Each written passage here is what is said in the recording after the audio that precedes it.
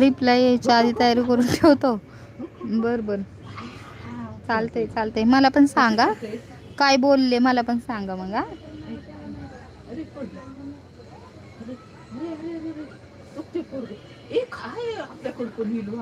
मी बहीण आहे ना तुमची, लाडाची बहीण आहे ना, मला सर्व सांगा मग.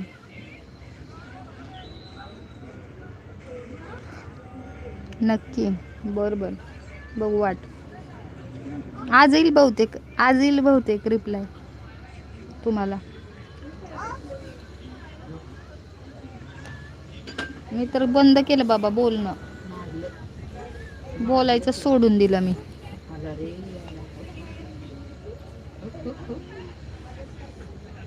कुठलं तोंड आहे रे?